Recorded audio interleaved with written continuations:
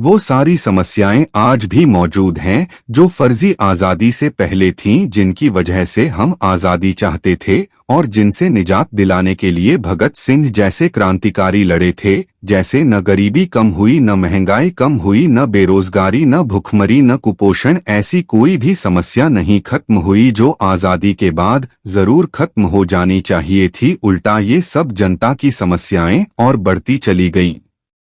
अगर आज़ादी के बाद कुछ हुआ तो सिर्फ कर्ज के पैसों से एक बड़ा मध्यम वर्ग तैयार किया गया जो कि हर तरह के निर्णायक और बुनियादी परिवर्तन के रास्ते में एक बाधक का ही काम करता है, जो कि लुटेरों के हित में है, क्योंकि जो इधर है न उधर है, वो बीच में है और वो आधुनिक महाजनों और साम्राज्यवादियों के ही साथ है। जैसे कोई आदमी किसी दूसरे निर्दोष आदमी को गोली मारने जा रहा हो और एक तीसरा आदमी कहे कि मैं तो दोनों में से किसी के साथ नहीं हूं, इसका मतलब वो मारने वाले के साथ ही है।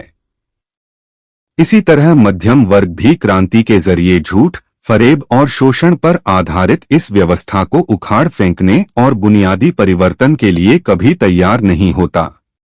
वो बस यही चाहता है कि किसी तरह उच्च वर्ग में शामिल हो जाए और वही सुख सुविधाएं उसे भी मिल जाएं। इसी उद्देश्य के साथ वो कभी कभी गरीबों की लड़ाई लड़ने का दिखावा भी करता है, लेकिन ये सिस्टम उसे लगातार निम्न वर्ग की तरफ धकेलता रहता है।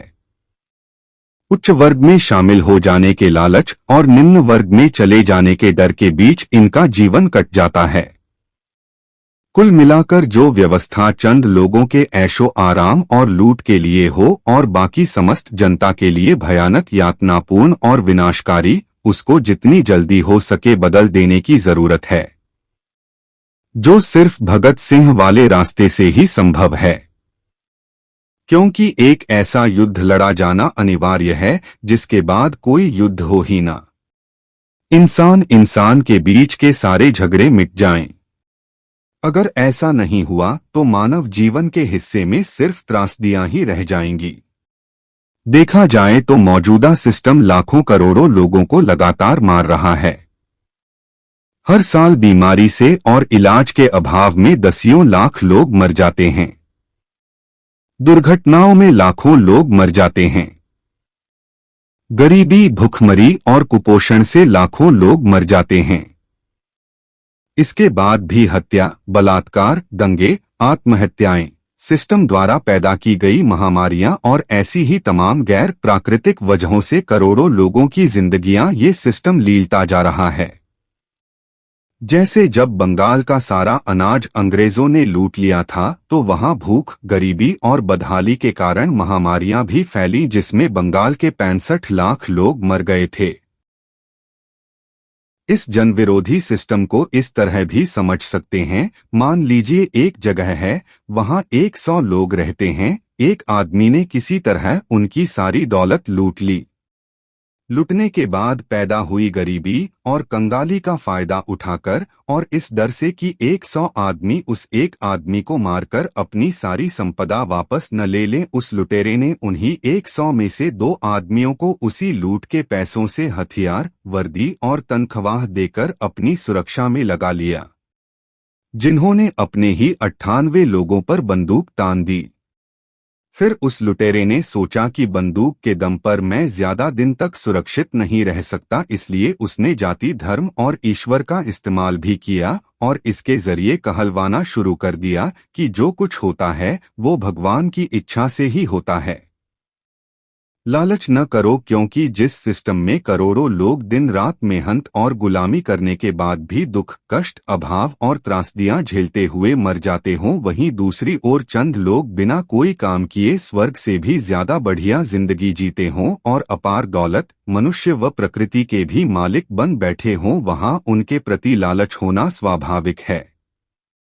इसी तरह उन्होंने धर्म के ठेकेदारों और यहाँ तक कि उनके बनाए भगवानों के मुंह से अपने स्वार्थ की बातें कहलवाई, जैसे ईर्ष्या न करो। जिस समाज में इतनी असमानताएं और विसंगतियां हो, करोड़ों लोगों की मेहनत की कमाई एक आदमी ले जाए, वहां ईर्ष्या होना स्वाभाविक है।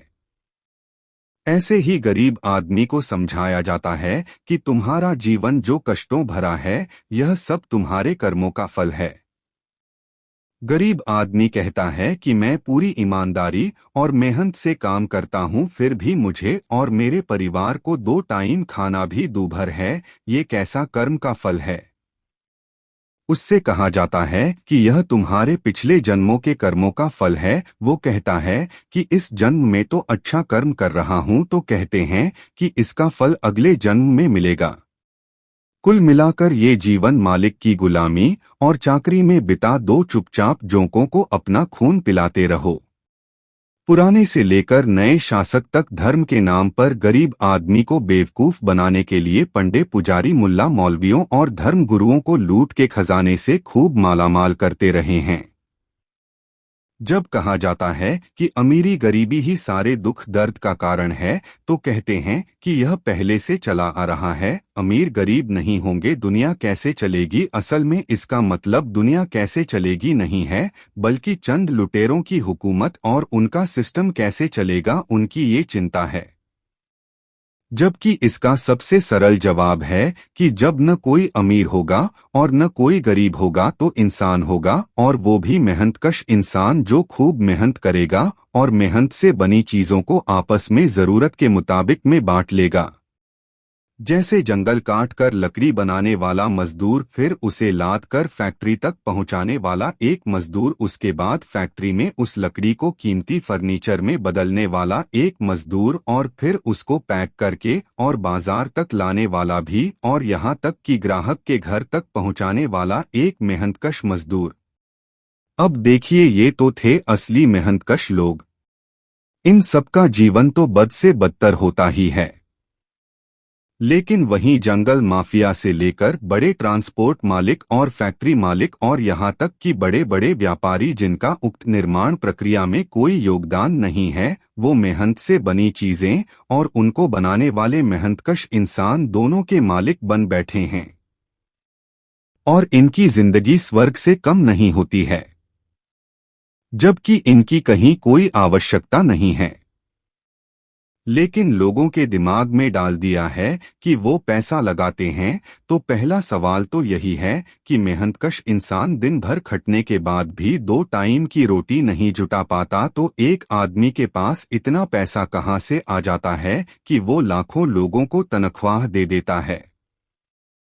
फिर एक बार हो गया तो मान लिया, लेकिन ये सिलसिला बार बार दोहराया कैसे जाता रहता है। एक मालिक बना रहता है और बाकी सब गुलाम।